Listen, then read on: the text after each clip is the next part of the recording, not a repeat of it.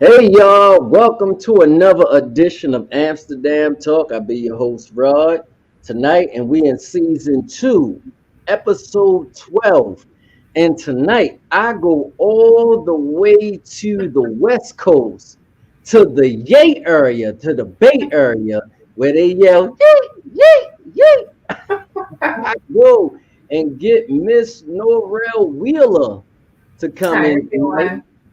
to Hi. talk about from the National Caregiving Center. That's it, right? Family Caregiver Alliance, close enough, Rod. Family Caregiver Alliance. Yes, yes, yes, yes. We are here tonight. Family Caregiver Alliance. So before we start to get into the questions, Miss Wheeler, tell us a little bit about yourself. Yeah, so first, I just want to say, thank you for having me be here with everyone this It's a evening. pleasure. So I have been working in the field of caregiving for, I hate to say it, but it's been about 22, 23 years. That kind of, puts proximity on my age. But I started off as what we consider now to be a young caregiver. It kind of started off, and I have to say that I didn't even realize I was caregiving until probably until around the time I started working for Family Caregiver Alliance. So, it kind of started off where my grandmother had foot surgery, and my mom and I would go back and forth before school when I was about 12 or 13, helping take care of her in the morning, making sure she had food and taking her medications. Mom would take me to school, she'd go to work, and then after school, we'd go back to my grandmother's house and, we'd do it all over again. Move forward about 15, 20 years later, my father had what we call FTD dementia, or frontal temporal dementia. It's a very progressive form of dementia, but basically he became very forgetful, was, leaving the stove on, health started to decline. And so I was in high school. And so while, if you can imagine that world, or maybe some of you out there can already relate to it, you're in school, you're trying to navigate, your education, but there's this person who's dependent on you. And so that was my entry. Besides that, I work in the field of, caregiving as a consultant for Family Caregiver Alliance. I'm currently a caregiver again, caring for my mother as she's gracefully aging. And yeah, I just, try to live a harmonious life and balance being a full-time caregiver with being a full-time, having a full-time job and career and just being a human being. So thank you for having me.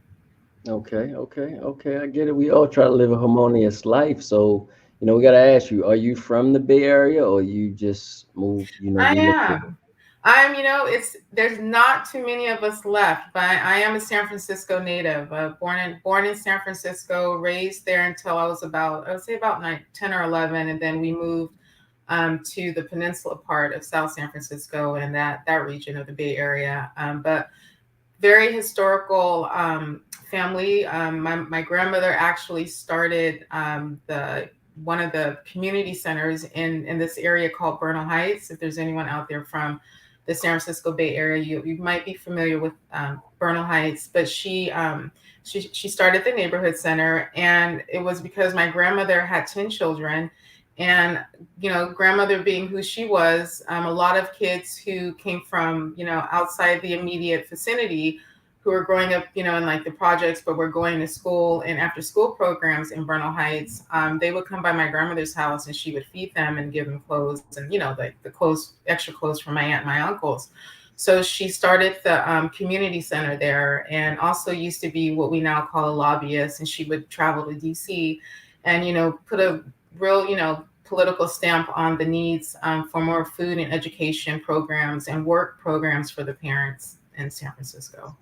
So Okay. yeah, So you come from royalty basically I almost. do. Yeah, there was a mural actually in on the side of the library in Bernal Heights, and it had my grandmother was in it with Cesar Chavez, and I can't remember some of the other greats. And unfortunately, they painted over the mural, but we did get a picture of it. So a lot of it's, I guess it's natural that I'm in the role that I'm in, and that I've done the work in social work and public health all these years too, just because it's it's part of my family lineage. Yeah, Right, yeah, I get it. So you were grandfathered in for it, basically absolutely. almost.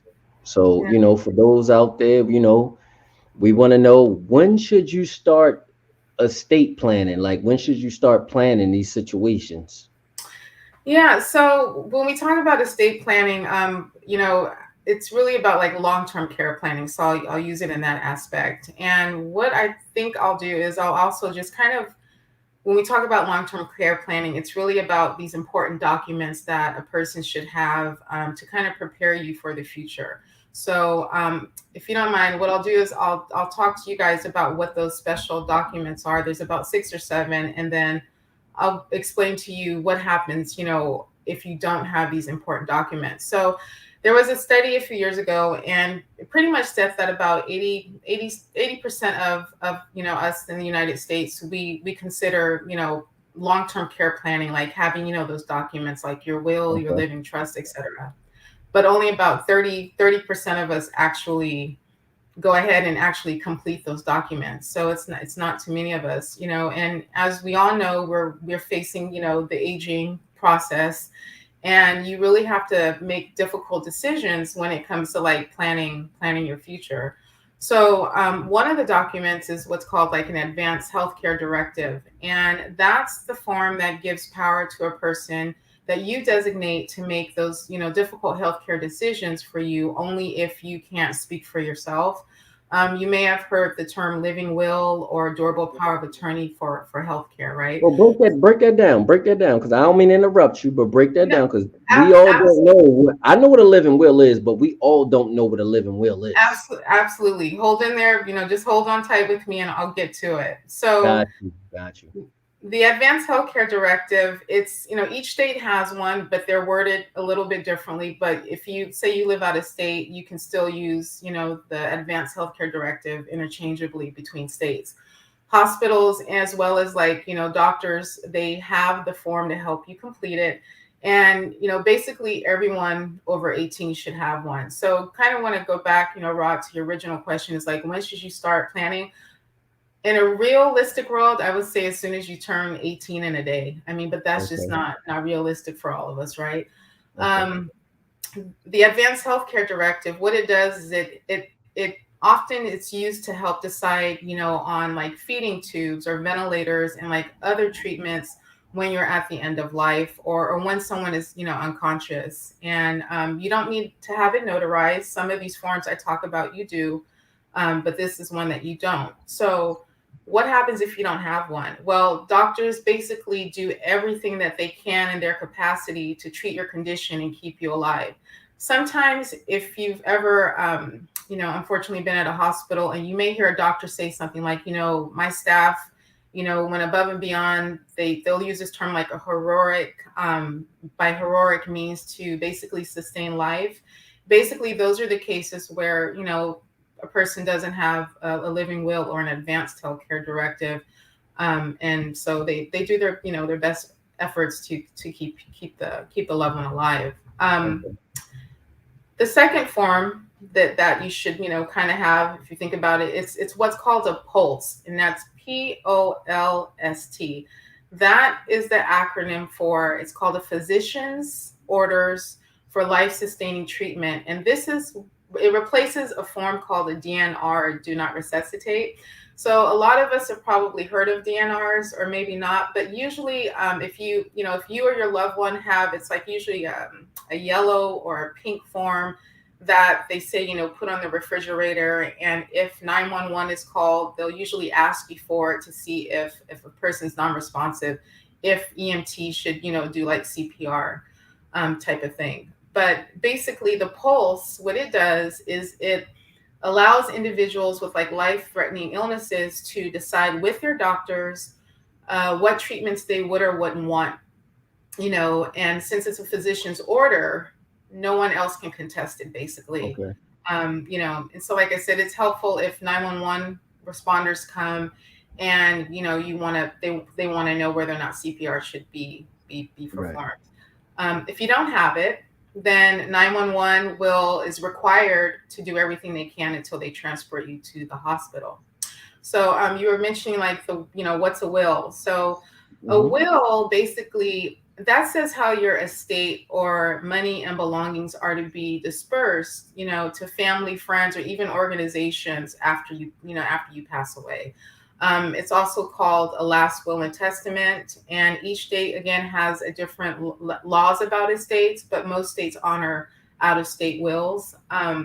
It can be handwritten, or it can be completed through forms that you can sometimes even find online. However, I will say that if you have assets worth over, let's say, 100,000, or even like a little bit less, then you would want to consult with an elder law attorney to help you decide, how your assets and belongings should be, dispersed. This is a document where you have to be in your right mind. So if you have Alzheimer's or dementia, you won't be able to complete it basically. And there's also this component of a will called So a power of attorney couldn't complete that? a power of attorney would not be able to complete it. You would have to have it completed by an elder law attorney, a professional, Okay. Okay. right? And the other part of a will is that there's this whole topic of probate. And I will interject and say that my area of expertise, unfortunately, isn't elder law. I've got a background in public health, so I'm sorry if I can't, if there's questions that come up that I can't answer for you right away. I apologize to you all in advance. But the point here is that there's a component of a will called probate, and basically this is the transferring of property when someone passes away, right? So the probate court basically oversees an executor who's issued through the will to assure that the estate is divided as stated in a will. And if there isn't a will, then without a will, the court will, quote unquote, they'll probate the estate. And that just basically means they'll decide how your estate should be distributed and to whom. So with that,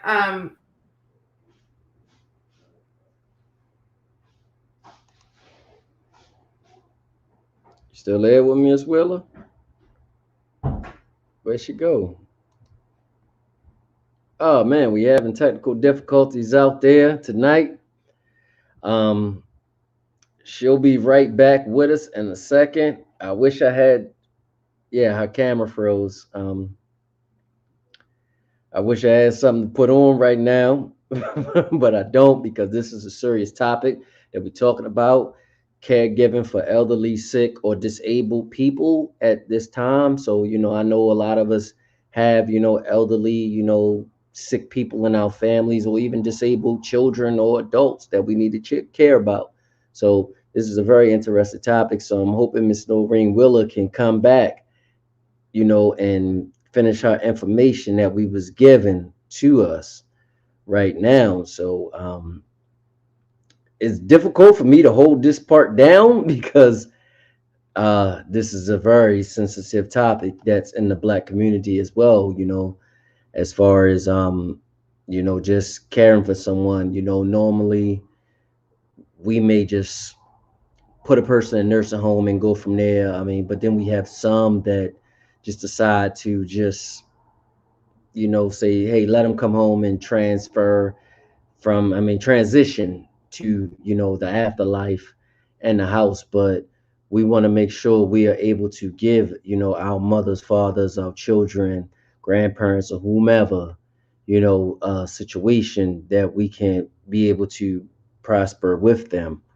So, um, I can't even tell, brother, for real, take me to commercial break because I don't even have a commercial ready for y'all. We just gotta, just go from here. Before we get back to the topic, I just gotta ask y'all, how's y'all day going? Is everybody good? Is everybody, how's everybody doing in COVID-19 in the pandemic? Um, how's everyone? This homecoming season for everyone. How's everybody going? How's everybody doing? Hey, Black Marvel, yes, you're doing fine. We're doing fine. Uh, hey, I don't. Here she's back now. Hey. How I'm you back. doing? So sorry, everyone. I have no idea what just happened, but we have been experiencing some weather problems over here. It's all And right. We back. Now, I needed you back. I need you back, baby girl. Because I can't don't know what control to tell them. technology. Hey, So I apologize. hey, I'll pick up where I left off. thank you. So if you don't have a durable power of attorney, then basically what happens is the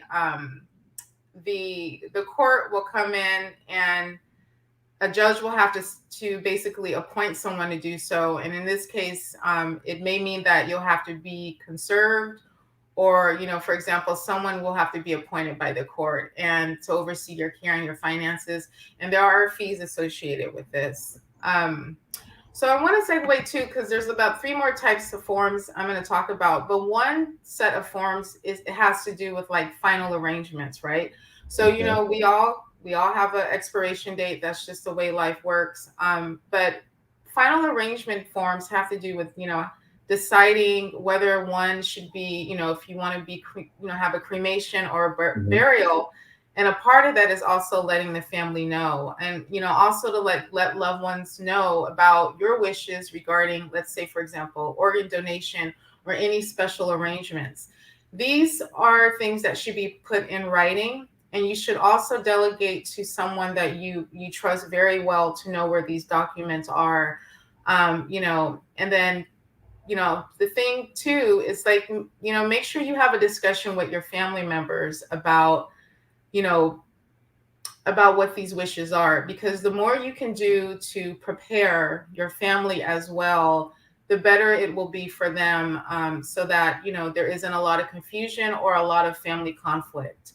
I will segue and tell you guys a small story. So I had a friend about two, actually in October, in Virginia, and she's an only child. Mom passed away suddenly, and of course everyone's asking her, like, how are you doing, what do you need help with?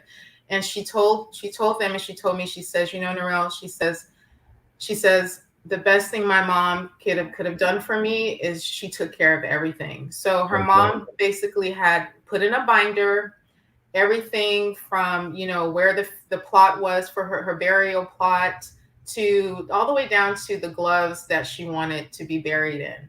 And she said Okay. that was the best thing that she could do, because it actually, she said, like, it took away a lot of some of the, like, the anguish and the grief associated with having to figure out all the little intimate details of making arrangements. Well, how much would you say? I mean, I know that's your friend, but what percentage would you say in the black community that actually has that ready? I'm gonna say, you know, Just if a you just an estimate, just an an estimate. estimate, I would say like around like 4% of us. I mean, to be honest, I mean, I stress it a lot. I mean, my mom's in her 70s, and we just did like her living will and trust, and actually talked about like what those final arrangements are. Have we put them in writing? No, but I am the durable power of attorney for her, for her finances and her healthcare. I can't stress how important it is for us as a community. It's a taboo topic, Rod. It's we don't like to talk about death and dying and what that looks like. But preparation is very important, and it's you know it's significant. Well, So hold on. It was a question that just popped up. The funny thing is, Miss Norrell, I am a supervisor for the Affordable Health Care Act, and somebody just put up about carrying over for 120 days about the money. Yes, it goes down into a spend down. Basically, you have to spend the money down that your parent that you just said your parent has, and spend it down to make it Medicaid state eligible. So you have to right. find bills that happen, in this time period, in a 6 month grace period that has to happen. Well, maybe of a year as well, but you have to spin it down to make it meet that percentage, because the average person on SSI is 794 a month, and that Hmm. is times by based on whatever, based on the months, and it pops up to about 84 or something like that. I can't my I'm not good at math at all, but Yeah. something like that. You have to spend that money down to go ahead and deal with that for a facility. I mean, to get them in that situation. But Norel, it's back on you. I just wanted to answer that question. Yeah, absolutely. Thank you. Thank you. Please interject anytime, Rod.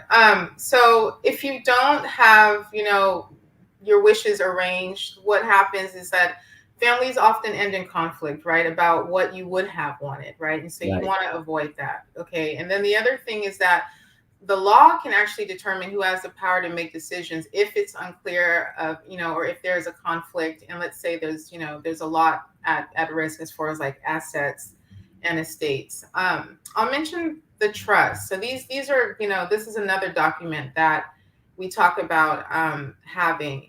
So a trust, this creates a legal entity that basically holds your assets for you so that your state does not have to go through probate when you die, basically. It's, the living trust is another name for it, and it's where you name a trustee to oversee the trust both while you are alive and then to distribute the trust to beneficiaries or those assets when you're no longer here. You may be the trustee of the trust while you're alive, in which case you then name a successor trustee, basically, for the trust, who makes all the arrangements, right? right. So there's different types of trust. I'll briefly go over them. Namely, the one that is most Well, common before that you get there, though, Norel, let me ask you a question. Because what if you don't name a trust? Because I've seen I'll get to situations that. where, oh, Right. say no Yeah, more. I'll tell you right Say no now. more. Yeah, I'm gonna so let you go ahead and do what you do, sweetie. that's we're good. But so if you don't have a trust, depending on like the value of your assets, your state will go through probate. And this can take several months and incur a lot of costs to the court. So basically, what that means is that, you know, you pay a lot of money back to the court, and your family ends up losing a lot of the benefits of what you've worked hard for if you do not have a trust. So some people, I will say, they do prefer a trust over a living will because of the fact it bypasses going through probate and the court system. Okay. Like I Okay. said, I'll stop there because that's, I'm not an expert on like family law and probate court. It's a whole another system. But in a nutshell, it's important. My mom and I, we have a living trust. That's what we have. And because she's got, estate and properties, and she wants to make sure that I don't incur those debts, when she expires. So I Okay. see there's a Well, question. I'm going to give you a personal example of mine because the fact is, when you're talking about living wills and living trust, and if you don't have a living will and living trust, now it depends on the two people that pass away because it goes to the oldest child, but Mhm. the person that passed away, if that's not his biological child, it goes down to his biological child. So, so say that the oldest child is not by him, Mhm. but he considers that his child. And Mhm. maybe that third or fourth child is really his. It skips that first and second child because they're not his. It goes down to that biological child.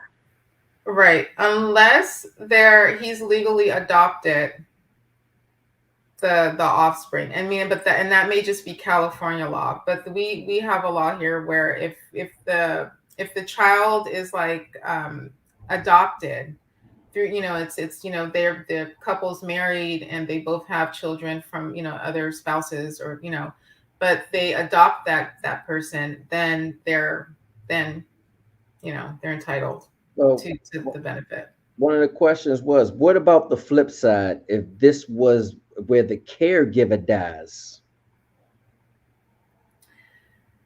If the caregiver dies, and we're talking, well, is the caregiver and the caregiver is the one who's the trustee, and there's no one there, then the state has to go through probate, because there's okay. no one there to, if the trustee is gone, then it goes through probate. Unless so it depends on how it's what type of trust you have. Okay, so there's what's called a revocable trust that allows you to control everything that happens in the trust while you are alive, right?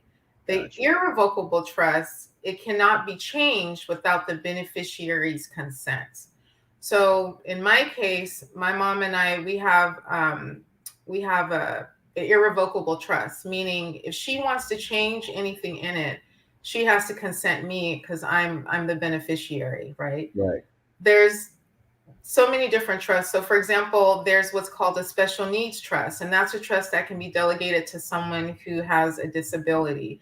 There's, like charitable trust, right, where you can delegate your assets. Like maybe you don't have a family, or you just you don't like your family members, and you're like, I'm not leaving them anything, but you can delegate a trust to a charity.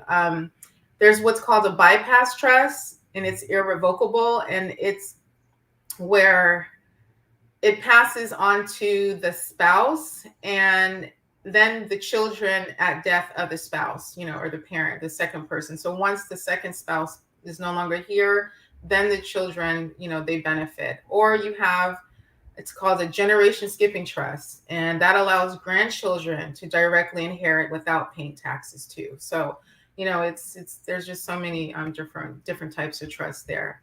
Um, the last one I'll talk about, with this question, everyone and Rod, is what we call like beneficiary forms. So, those forms where, or like, there's like insurance, bank accounts, investments, retirement plans, where you have a beneficiary and it's quote unquote payable upon payable on death. So, Yeah. this, basically these are forms that basically say the money is comes immediately, and the money, or it doesn't have to go through probate, and the beneficiary benefits right away. So if you don't have payable on death beneficiaries, then, or unless the funds are in a trust, then it's the same thing where it'll take several months or up to a year, and everything has to go through probate. It goes through court. So, in a nutshell, it's important to have these documents. Speaking on behalf of, the African American community, and other communities too, we tend not to be at the forefront, I'll say, of being prepared. Preparation will save a lot of grief. It will save a lot of family conflicts and disputes, because I see that way too much too. I've Right. experienced in my own family. So I hope Right. I answered that question. And sorry Yeah. I took so long, everyone, but I No, no, think no, no. We can skip. We can skip what I was getting ready to ask. If somebody doesn't want to share, you just went through that for me. So you went through that one. You went through that one. So so basically, like, how do you know or when to get a POA, power of attorney?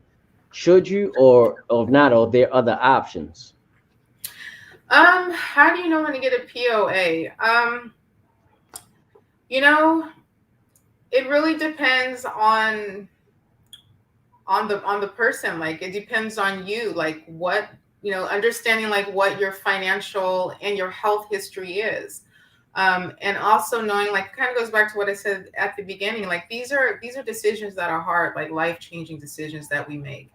And we all know that we had a beginning, we all know that we have an end. So it really just depends on what the assets are, whether or not you have many different types of assets and belongings, and how you really want those dispersed. Right.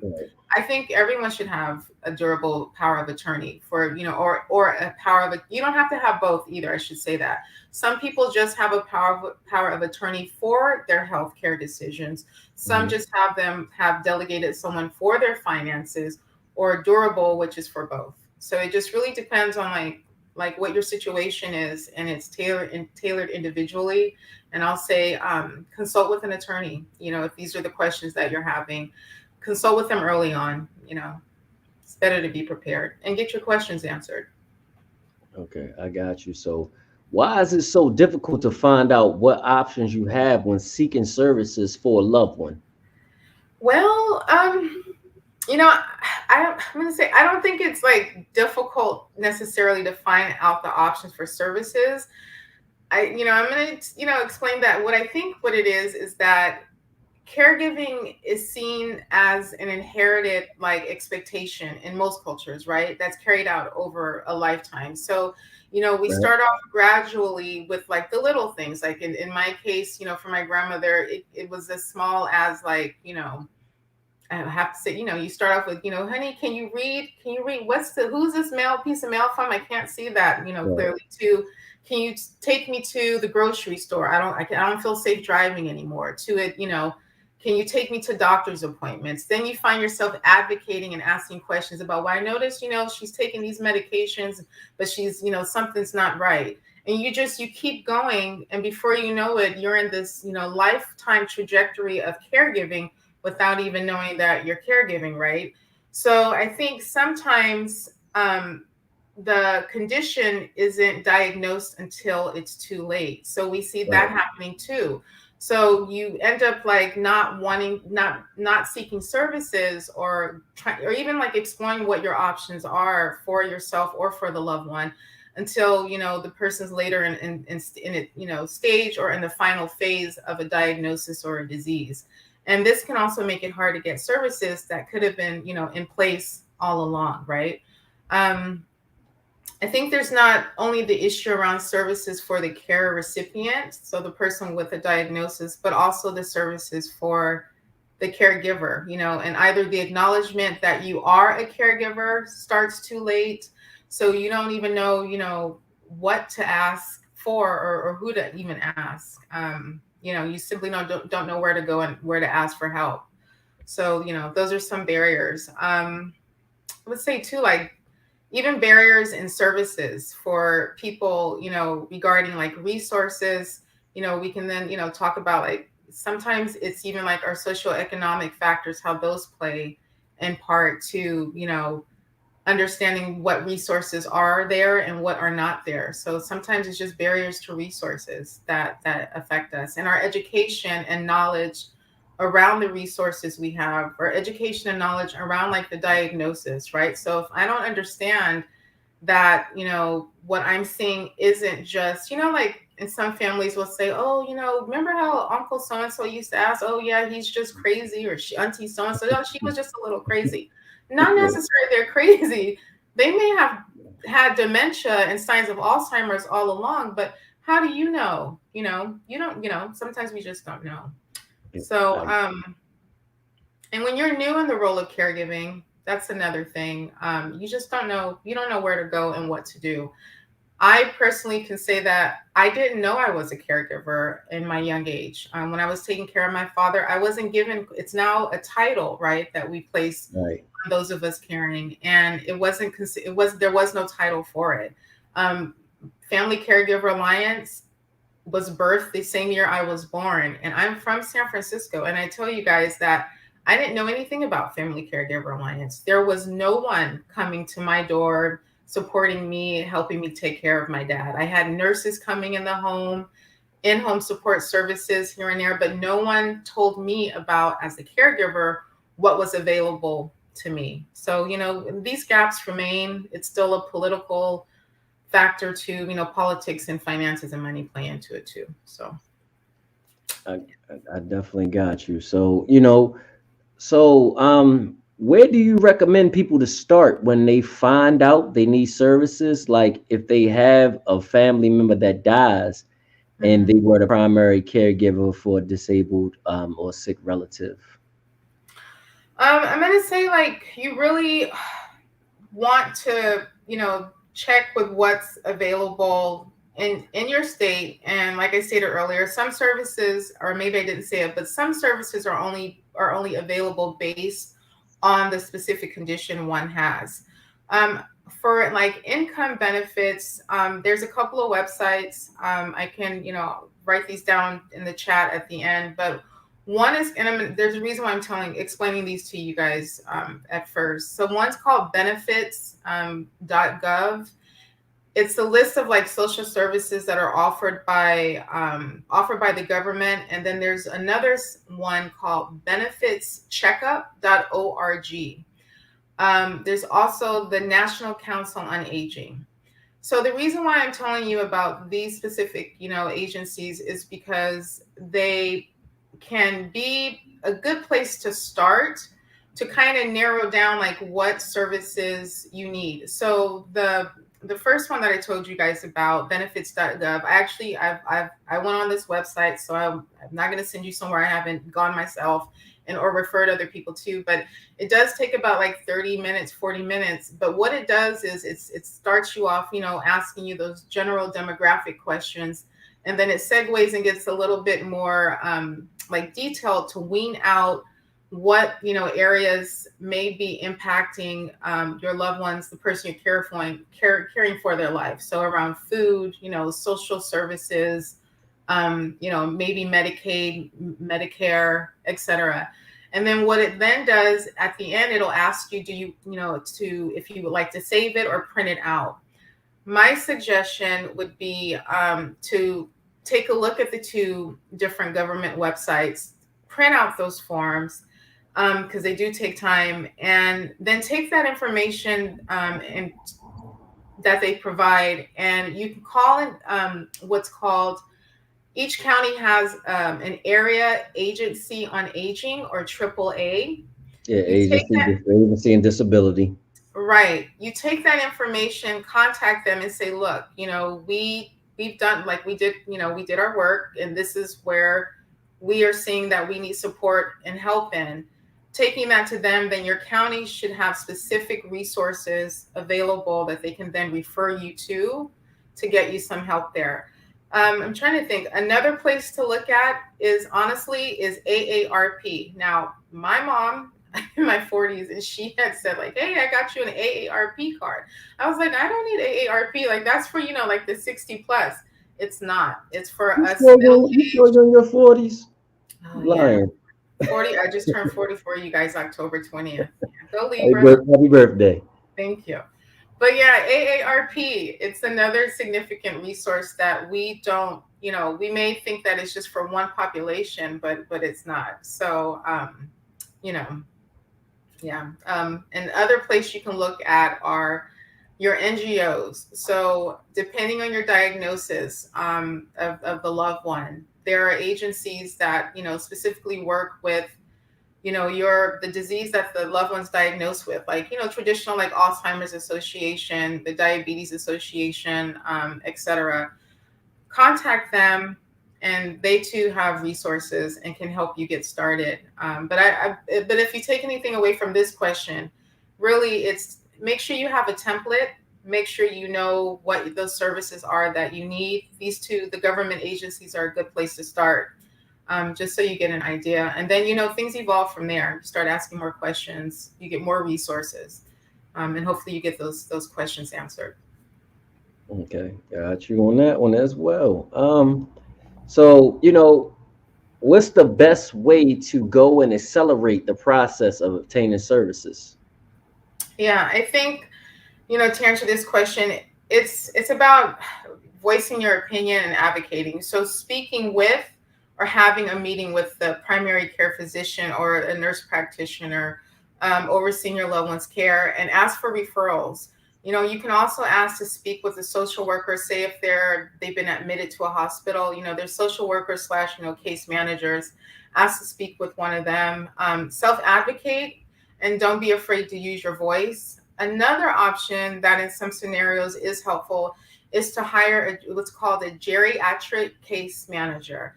And Okay. this is like if you're caregiving for someone who is, over, I think like over 60 plus age group, or has, a But disability. does but that doesn't work for like, I mean, I don't mean to put you on the spot, but that does that work for like a disabled child or someone that's under the geriatric, No, this is law? specifically, yeah. So specifically speaking to like the geriatric community, just because, mm, you know, coming from where my background is right now with the population that I work with, for someone who is caring for a child or a young person, let's say with a disability, then I would say one place, and people, I hate to say this, but people think that like child protective services is only available for emergency situations, or let's say like neglect and abuse, Yeah, or CPS.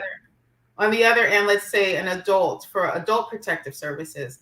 Hmm. I've referred caregivers to adult protective services, and dealing with children, you can refer them to child protective services because it's they're a wealth of information. So they will know what other services are available. You can then talk to them, and if you have like a service, if there's an immediate need regarding a certain type of service you're looking for, Hmm. they will have up to date information on that. And so that's regarding to children, um, that's that's a place that you Hold can. on, Stacey. We're gonna come at the end and answer that. That's too goddamn long to read. We're gonna answer that at the end. That's too long, Stace. We gonna read that at the end. But go ahead and finish your answer, Miss No. Yeah, just in a nutshell, if the best way to like get services accelerated would be to talk to either a social worker or the primary care physician. I think that those are the significant, and reliable places to start, especially if the professional, like the doctor or nurse practitioner, knows the history of of the person that you want to get services and care for. Right. The other thing is turn to your community. There are agencies out there in the community through like food and nutrition programs that you can turn to find out additional resources. But I mean, to as that's as far as like accelerating the process, quote unquote. That's kind of it's kind of it's a little difficult, but that's yeah, that's the best recommendation I can offer at this time. I got you. I'm definitely with you, Miss Wheeler. Is there a way to get services beyond what you are officially approved of, i.e., social services, all the other places you would mention, Mhm. outside of paying for them out of your own pocket? Right. So this again, it does matter about like, what's available county, and city specific and community specific, but to where one lives. But there are agencies or like nonprofits that can help by offering what we term as like short term or single use grants to help supplement the cost of, for example, medical supplies that may not necessarily be covered by Medicare or Medi-Cal, what we call Medi-Cal, or Medicaid, Medi-Cal, what we call here in California Hmm. Medi-Cal. They may also help pay for counseling sessions, and some may even help caregivers get a break from caregiving by offering a grant for what we call respite. Some of you probably saying like, well, what is respite? Maybe I've heard of it, I don't understand it. So respite, it's significant for caregivers in that it's to help prevent us from burnout. It's also it's like low hanging fruit is the only way I can describe it, and like a reset button. So we offer a respite grant to our clients, Hmm. and basically we use it to help them understand that one, they need a break. Two, to help them take care of themselves. So I'll have a caregiver say, Narelle, I haven't been to see the dentist in 2 years, or I just like I'm burnt out, like I'm tired, or they don't even say it, but the assessment reveals it. And so respite is a way to supplement you as the caregiver by putting someone in your place. That's the only simplest, the easiest way I can explain it to you guys. Um, but it's basically it's a gift to a caregiver, and that's it's to help you basically take care of yourself and positively influence your own well-being. Oh. You can also turn to your family and community for help. And I know you're probably saying, well, I don't, like sometimes family, they don't, not too many people want to get involved and help. But this is for free. People want to help. Family members and friends, community, people naturally, they want to help. But it's I think what it comes down to as caregivers is how we ask for that help and how we posit our need for help. So what I like to say here is that, let's, for example, I don't care to do the dishes. I don't want to do the dishes. However, I don't mind setting out the trash. So a lot of times, and I've experienced this with my own family, I was, taking care of, like I said, my mother, my niece, and my nephews. I had a bad habit of saying, like, I need this done. I need help with this. I need someone to go do this, and that. And I wasn't understanding that just because I need all this help, not everyone wants to, people want to help, but they really want to help on their own terms. So for those of you out there who are needing, support, and like I said, this support, if this is, it's free. Make a list of like all the things that need to be done so that you can take care of your loved one, be it a child or an adult.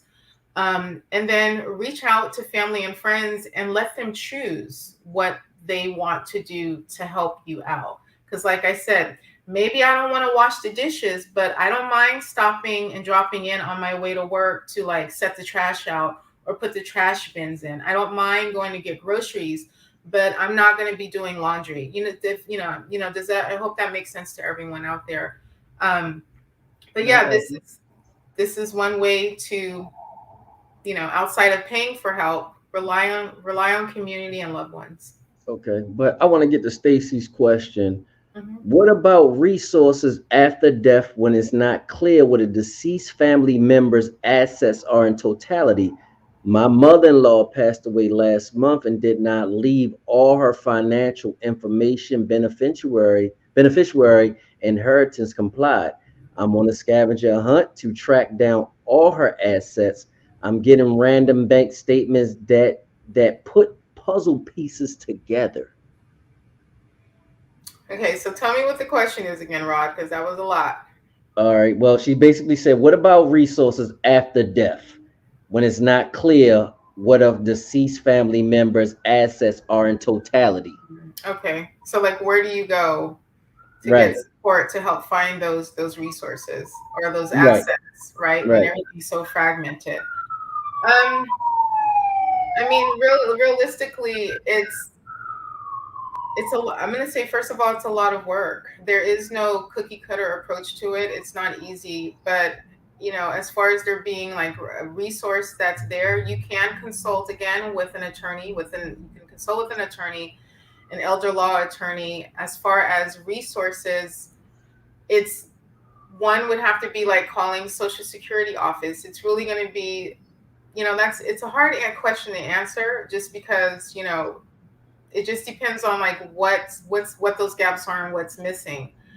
You just have to start over. You have to Well, like, she stated that she's getting random bank statements that's putting puzzle pieces together right now. It's like scavenger hunt.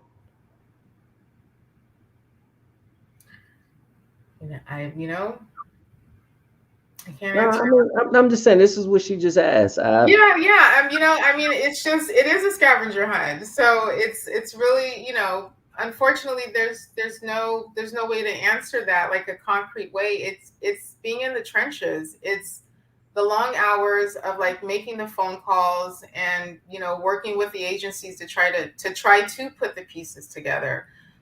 That's just, that's part of the gaps in caregiving, and that's why it's, like we discussed earlier, it is so important to you know have all those documents to the best of your ability put together. I mean, I've seen this. I had a caregiver recently tell me that it had more to do with like identity fraud, where the care recipient was, to be honest, like 30, $40,000 had put herself in debt because she was taking calls, the robocalls.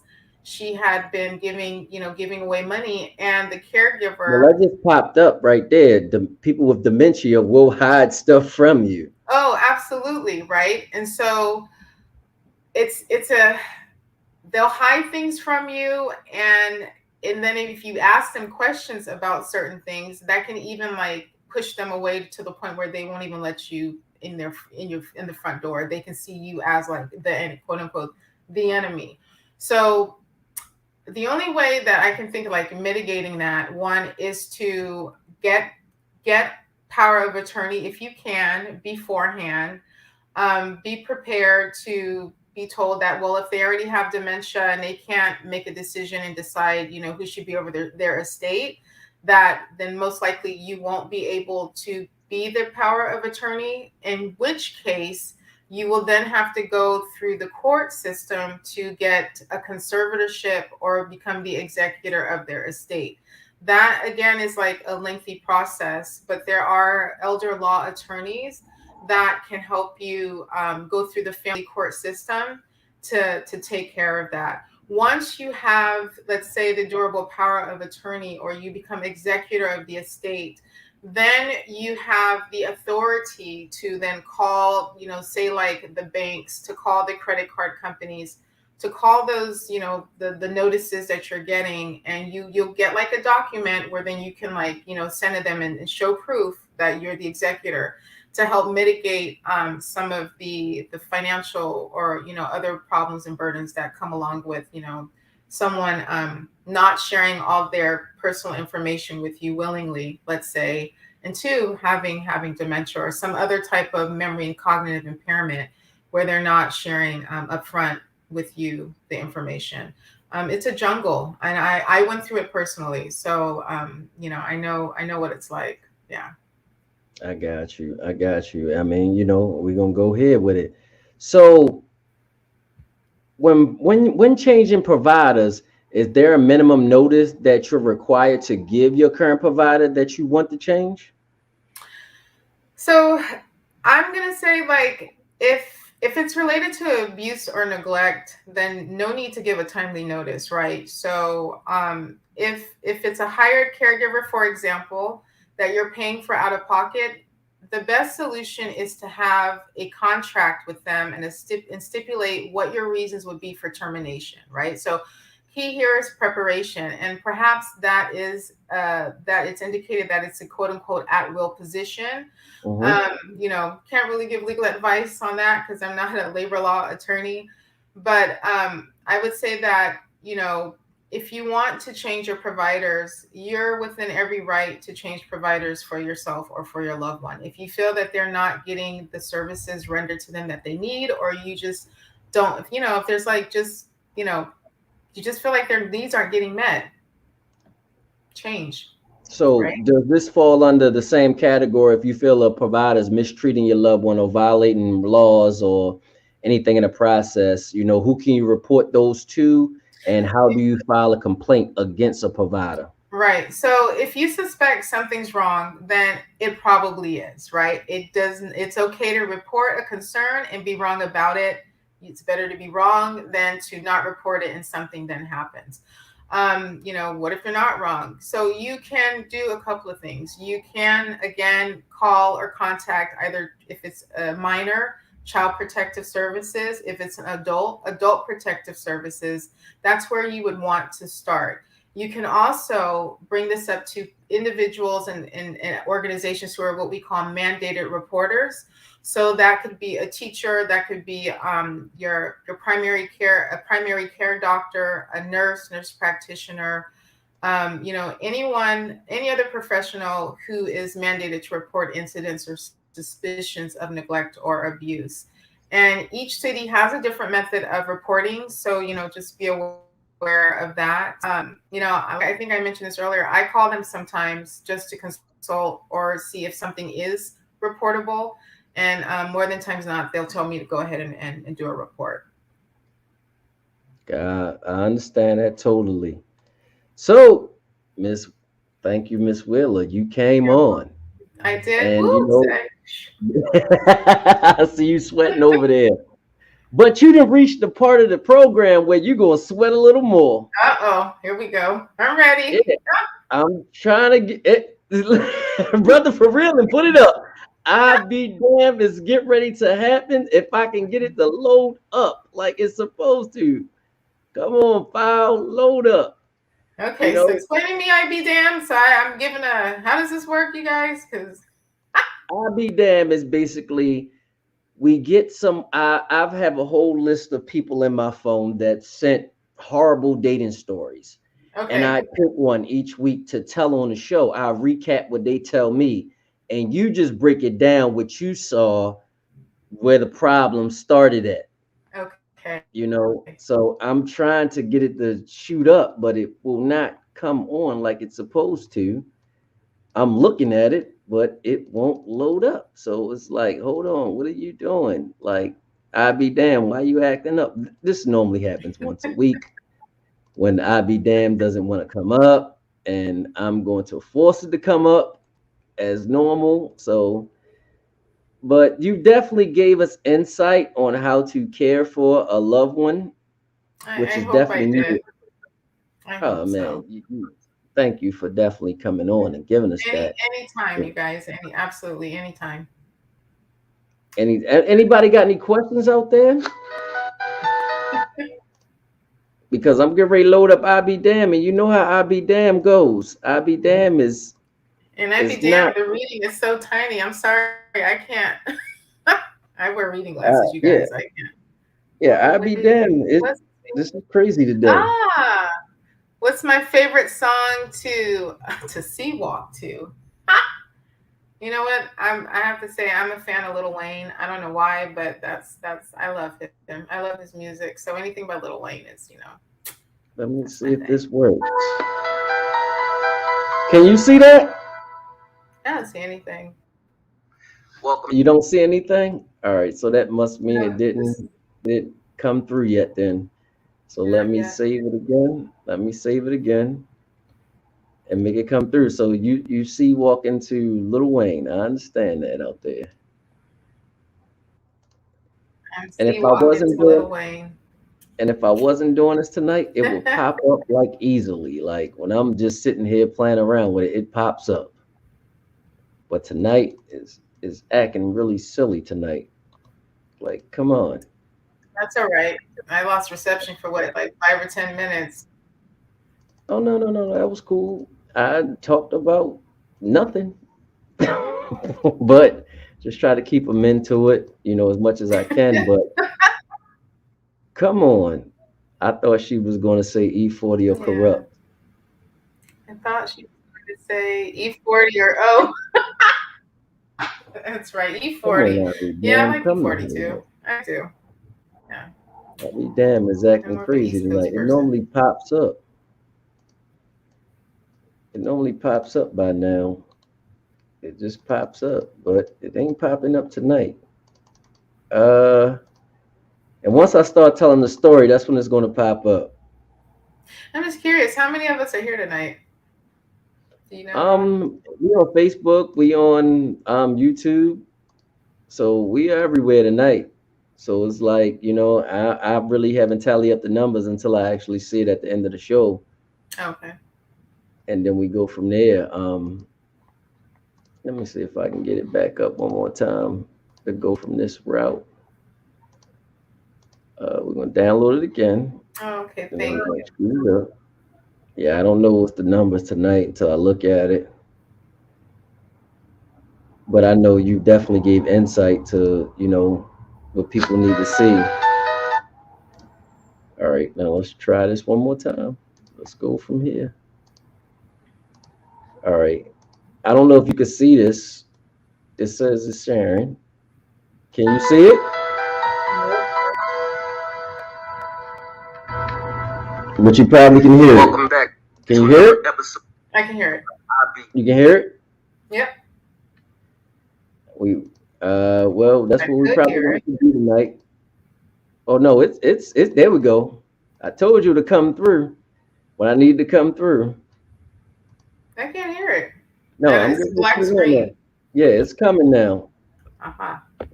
It's coming. It's coming because it wants to do what it want to do as always. It wants to do what it want to do. I don't want to give a black screen. I actually want to see what I've done today. But Yeah, the feed dropped. Now I just see me. Hello? I'm back. Okay. I'm back. These I be damns or this does it all. But hey, we just gonna listen to it tonight. We not even. I can't find the screen to bring it back up to it. So we just gonna have to listen to the video file tonight because the video is acting funky tonight. But this is I be damn, y'all. This is coming straight out of Los. There we go. There we go. Welcome back to another episode of I Be Damn. I Be Damn. So today we got this young lady calling all the way coming from the West Coast, Los Angeles to be exact. So she stated, I met a man on OK Cupid. Dating app, okay. She said he was 36 years old, a 92% match, ESTP. And what that means in the dating app world is extroverted, observant, thinking, and prospecting, their personality traits. So anyway, he was ESTP, drama free, looking to find someone intelligent, down to earth, and can keep up with his depraved sense of humor. He went on to say that he was at a tech startup company, and on the weekends, he was on the quest to find new and fun activities. He had a gorgeous dog, and he didn't eat kale. Oh, and he was really good at treating you like a princess. We instantly connected, texted insanely, and became Snapchat friends. We had plans for Monday, and it couldn't come soon enough. But since I always Googled my dates first, I did a quick search, and I found him. And this is what she said. He was a wig-wearing bank robber finally caught. There was all his glory. This uber cute guy had a date with me in 2 days. Had alleged robbed a bank less than a year ago. I then found his wedding website declaring he was supposed to be married in October of 2015, but he was arrested the day before. He went to jail until February of 2016, and his return to social media showed he was happy to be back with his dog. When I asked for more details, he admitted that his fiance left him, and he had come clean about robbing the bank, and he was just trying to live a normal life before his trial. When I Snapchatted his own headline to him with WTF on it, his first question was, how did you find my last name? I told him he didn't need to worry about that. His second question to me was, so I guess our date is off. And she said, yes, the fuck it is off. I be damned. See you next week, man. Bank robbers and all type of shit this week. I'll see y'all next week. I be Wow. damned, man. Thank you. So, Wow. so break that down for me right there. Would you still would have went? You know, out of curiosity to just like have a face-to-face conversation with him to be like, what the fuck? Like, really? Yeah, I would. I would have. I'm curious like that. Like, I mean, certain shit you just take it for a grain of salt. And some of his what he's saying. I mean, it's an insane storyline, but it's not that it's not necessarily could be true, could not. But I'm like in person, like what the hell? Explain. I'd be like, explain this to me. Well, 2 days before they went on a date, he was locked up for robbing a bank with a fee, with a whole wife coming. Wow, that's crazy. Yeah, Just out of curiosity, but definitely like the date would, it wouldn't go any further. That would be it. But I would just be like, because I'm friendly like that. I'm a people's person.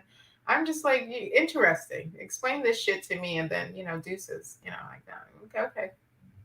oh man, I got you. He was more worried about how he found his I last name instead know of his instead of his crime. crime. Wow. Oh man, this is the shit that happens on I Be Damn, man. If you never watched it, definitely go on, the HBCU Lounge Network on YouTube, and you can check them out at the end of each show. Unless you watched the Halloween show where we did a whole hour of just I Be Damn. So, but thank you coming through, Miss Wheeler. Oh, you guys, you're so welcome, Ron. Anytime. I mean, anytime. If anyone has any further questions, That's what we're definitely gonna ask. Where can we reach you at? Yeah, so well, the website, I work for Family Caregiver Alliance. There's a lot of information for caregivers. That's www.caregiver.org. If you have any questions for me pertaining to like memory and cognitive impairment types of disorders, I can be reached there at nwheeler@caregiver.org. Send me an email and I will get back to you. I work Monday through Thursdays for about 10 hours a day, so off on Fridays. But I really enjoyed myself, and I hope that I answered everyone's questions. But by all means, let me know if I can help in any kind of way. I'll do my Oh, best. you Yeah. answered all our questions out Yeah, there. and we're national. Where I have to say that we, Family Caregiver Alliance, we are a national organization.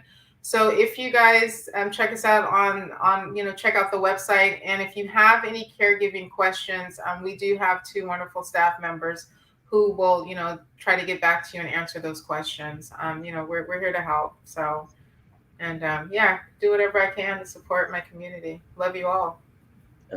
Thank you for coming on. But to the fans out there, next week I got a good another good one coming on. It's about co-parenting next week.